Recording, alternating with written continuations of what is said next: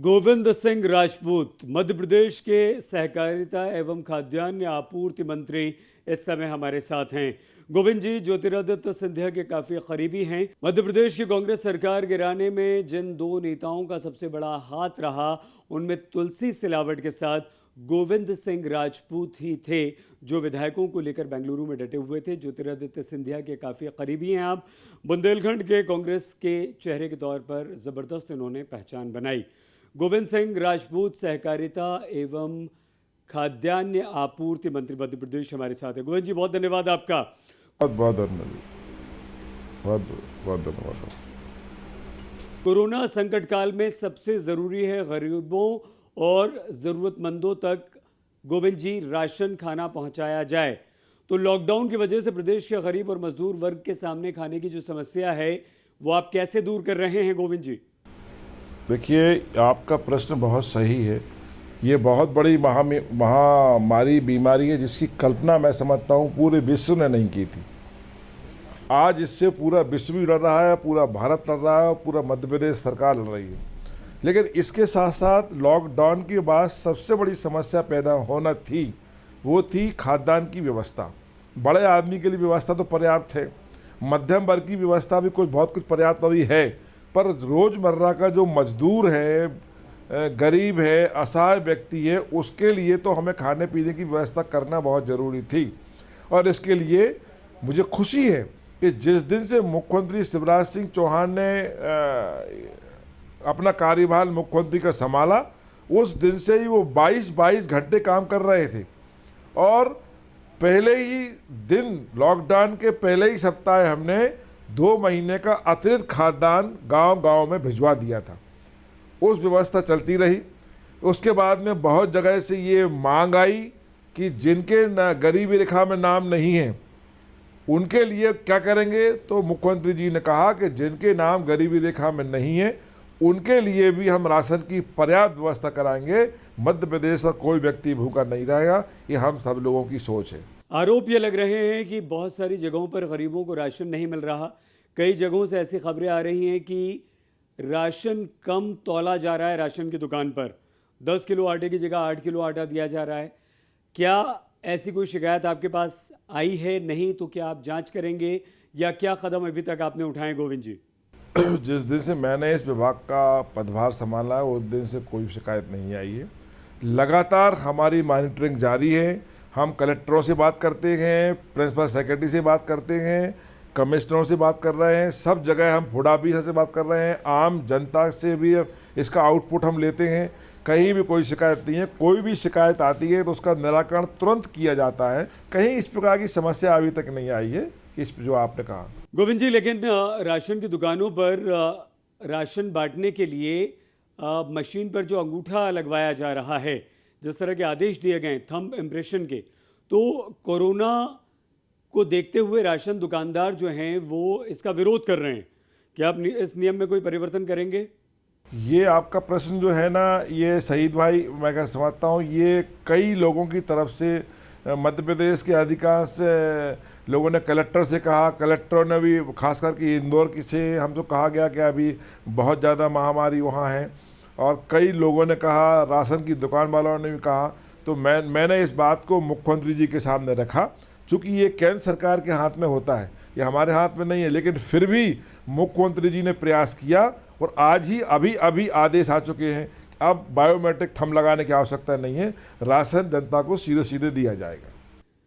गोविंद जी, मध्य प्रदेश में दूसरे राज्यों से आए हुए मजदूरों के खातों में पैसा डालने से क्या होगा? सीधे उन तक खाना पहुंचाया जाए तो बेहतर नहीं होगा?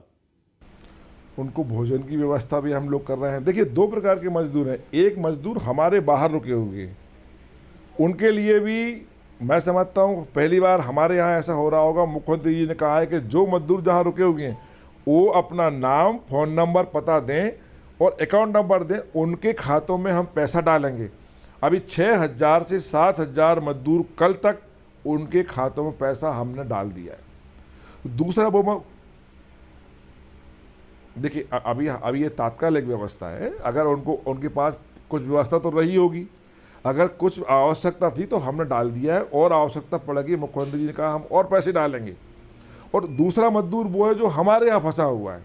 हमारे यहाँ जो मजदूर गांव में चैत बोलते हैं, पिछली फसल काटने के लिए आते हैं, उनके लिए भी हम खाने पीने की व्यवस्था कर रहे हैं, उनके लिए भी हम खाद्यान्न देने की व्यवस्था कर रहे हैं, उनके लिए भी हम भोजन की व्यवस्था उपलब्ध करा रहे हैं। सोने पीने पानी पीने की व्यवस्था पर्याप्त मात्रा में है। कहीं कहीं ऐसा है कि मजदूर जो बाहर से आ रहे हैं, क्वारंटाइन करके उनको हमने बुक कर लिए हैं। अस्पताल में जगह नहीं है तो हमने शादी घर बुक किए हैं, होटल बुक कर लिए, तो उनको सुलवाते हैं और उनका क्वारंटाइन पूरा होने के बाद तो उसको अंदर लाते हैं। तो कहीं भी मजदूरों की समस्या अभी तक परेशानी की नहीं आ रही।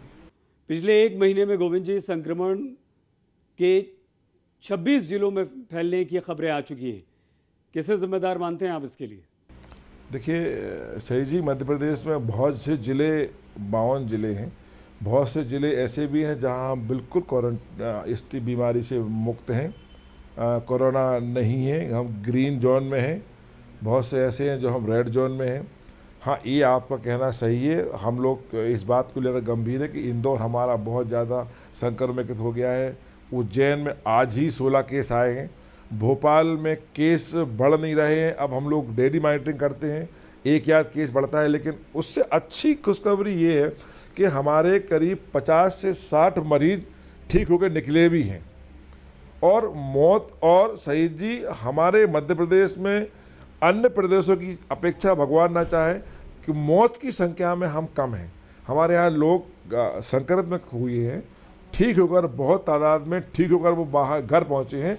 मौत बहुत कम लोगों की हुई है, वो आंकड़ा हमारा और जगह से कम है। इसके लिए हम धन्यवाद देना चाहेंगे लगातार हमारे पुलिस को, हमारे डॉक्टर्स को, हमारी नर्सों को, हमारे पैरामेडिकल फोर्स को, जो खुद की जान जोखिम में डालकर मरीजों की, आम जनता की सेवा में कर रहे हैं। वो धन्यवाद के पात्र हैं कि हम लोग उनके लिए साथ लगातार मेहनत कर रहे हैं। मुख्यमंत्री जी ने घोषणा की है, अगर कोई खुदा न खासे, ईश्वर ना चाहे, कोई व्यक्ति की मृत्यु कोरोना के समय हो जाए तो 50 लाख रुपया उसको दिए गए हैं, और उससे घर में एक व्यक्ति के रोजगार के लिए अनुकंपा नियुक्ति की व्यवस्था भी हमने की है। गोविंद जी, आप मध्य प्रदेश के बुंदेलखंड इलाके से आते हैं और बड़ी तादाद में दूसरे राज्यों से मजदूरी करने यहाँ पर मजदूर आए हुए हैं। कितने लोगों को क्वारंटीन किया गया है और इनके लिए किस तरह की व्यवस्था है? देखिए, जो मजदूर बाहर से आए हैं वो हमारे यहाँ रुके हुए हैं। मुख्यमंत्री जी के साथ बैठक थी और इस बात पर हम लोगों ने चिंतन किया कि हमारे यहाँ जो मजदूर रुके हैं, अगर वो मध्य प्रदेश में ही है तो उनको कैसे भेजा जाए। देखिए, भारत सरकारी गाइडलाइन के अनुसार तो कहीं नहीं भेज सकते, पर अगर बहुत ज़रूरी आवश्यक है तो उनके भेजने की व्यवस्था का हम सोच रहे हैं कि इनके लिए हम किसी न किसी कारणों से भेजने, लेकिन जाँच के उपरांत हम उसकी पूरी जाँच करेंगे। जांच के उपरांत उसके लिए हम यहाँ से भिजवाएंगे और वहाँ जाने के बाद पुनः उसकी जांच होगी, तब वो अपने अपने गांव में जाएंगे। ठीक है गोविंद जी, लेकिन मध्य प्रदेश इस समय जो सबसे ज़्यादा कोरोना पीड़ित राज्य हैं उनमें चल रहा है। इंदौर, भोपाल, उज्जैन, कैसे निपट रहे हैं आप? देखिए, जितना संभव है दूध की पर्याप्त मात्रा में मिल रहा है। फल सब्जियां की दुकानें हम लोगों ने खोल के रखी हैं। किराने की दुकान वालों से पहले ये था कि उनको कम खुलने का समय था, अब उनके खोलने का थोड़े घंटे बढ़ा दिए गए हैं ताकि वहाँ भीड़ ना हो, सोशल डिस्टेंसिंग बनी रहे। तो लगातार मैं कह रहा हूँ, पूरा का पूरी सरकार, पूरे अधिकारी लगातार इस तरफ नज़र रखे हुए हैं कि खाद्यान्न के अलावा अन्न, साबुन, तेल, कपड़ा, उनको जो भी आवश्यक हो उस चीज़ की आवश्यकता की पूर्ति भी की जाए, ताकि किसी को लेकर अनावश्यक विवाद की स्थिति निर्मित ना हो और ऐसी स्थिति उनको लॉकडाउन के चलते हुए कोई परेशानी महसूस ना हो। इसके लिए हम लगातार गंभीर हैं और प्रयास कर रहे हैं। डॉक्टर, पुलिस तो अच्छा काम कर रही है गोविंद जी, लेकिन उन लोगों का क्या? उन लोगों को आप कैसे समझा रहे हैं जो डॉक्टर्स, पुलिसकर्मी और स्वास्थ्य कर्मियों पर हमला कर रहे हैं? देखिए, ये हमको उनसे बहुत ज़्यादा कोई वो वही लोग हैं जो किसी बात पर अनावश्यक भड़क जाते हैं। उनको थोड़ी सी सख्ती ही पुलिस कर रही है, लेकिन सख्ती के साथ साथ हम उनको समझा ही दे रहे हैं कि आप, ये पुलिस आपकी सुरक्षा के लिए, डॉक्टर आपकी जान बचाने के लिए, नर्सें आपकी जान बचाने के लिए, इस प्रकार की गलती मत करो। हम सारे लोग, मुख्यमंत्री से लेकर प्रधानमंत्री तक, सारा देश आपकी सुरक्षा के लिए खड़ा है। कहीं इस प्रकार की किसी बात में बताओ, भड़काऊ बातों में बताओ। और बहुत ज़्यादा इसके अच्छे आउटपुट निकले हैं, अब इस प्रकार की घटनाएं मध्य प्रदेश में शुरुआती दौर में देखेंगे ही, लेकिन आज बहुत ज़्यादा बंद हुई हैं, कम ही आई है, अब कहीं नहीं आ रही। गोविंद जी, आपको अपने विभाग के साथ साथ ग्वालियर और चंबल संभाग की जिम्मेदारी शिवराज सिंह चौहान ने सौंपी है, क्या कर रहे हैं आप यहाँ पर? देखिए, अच्छी बात यह है, ग्वालियर चंबल संभाग में हमारे मुरैना ही थोड़ा रेड जोन में है, अशोकनगर हमारा ग्रीन जोन में है, गुना ग्रीन जोन में है, शिवपुरी अच्छा है, दतिया हमारा अच्छा है, ग्वालियर खुद में ही मात्र 4 केस अभी हैं, तो भिंड थोड़ा हमारा, भिंड भी ठीक हमारा है। हम भिंड में बहुत ज़्यादा रेड जोन और ग्रीन के बीच की स्थिति में है, तो हम ग्वालियर चंबल हमारा अच्छी स्थिति में हो, फिर भी हम लगातार कंट्रोल कर रहे हैं वहाँ पर कि बाहर के लोग कोई ना आए, लॉकडाउन का पूरी तरीके से परिपालन करें, मास्क लगाएं और लोगों से निवेदन कर रहे हैं अपने घरों में रहें, जान है तो जहान है, कुछ दिन की बात है, कोरोना भागेगा, हम सब जीतेंगे।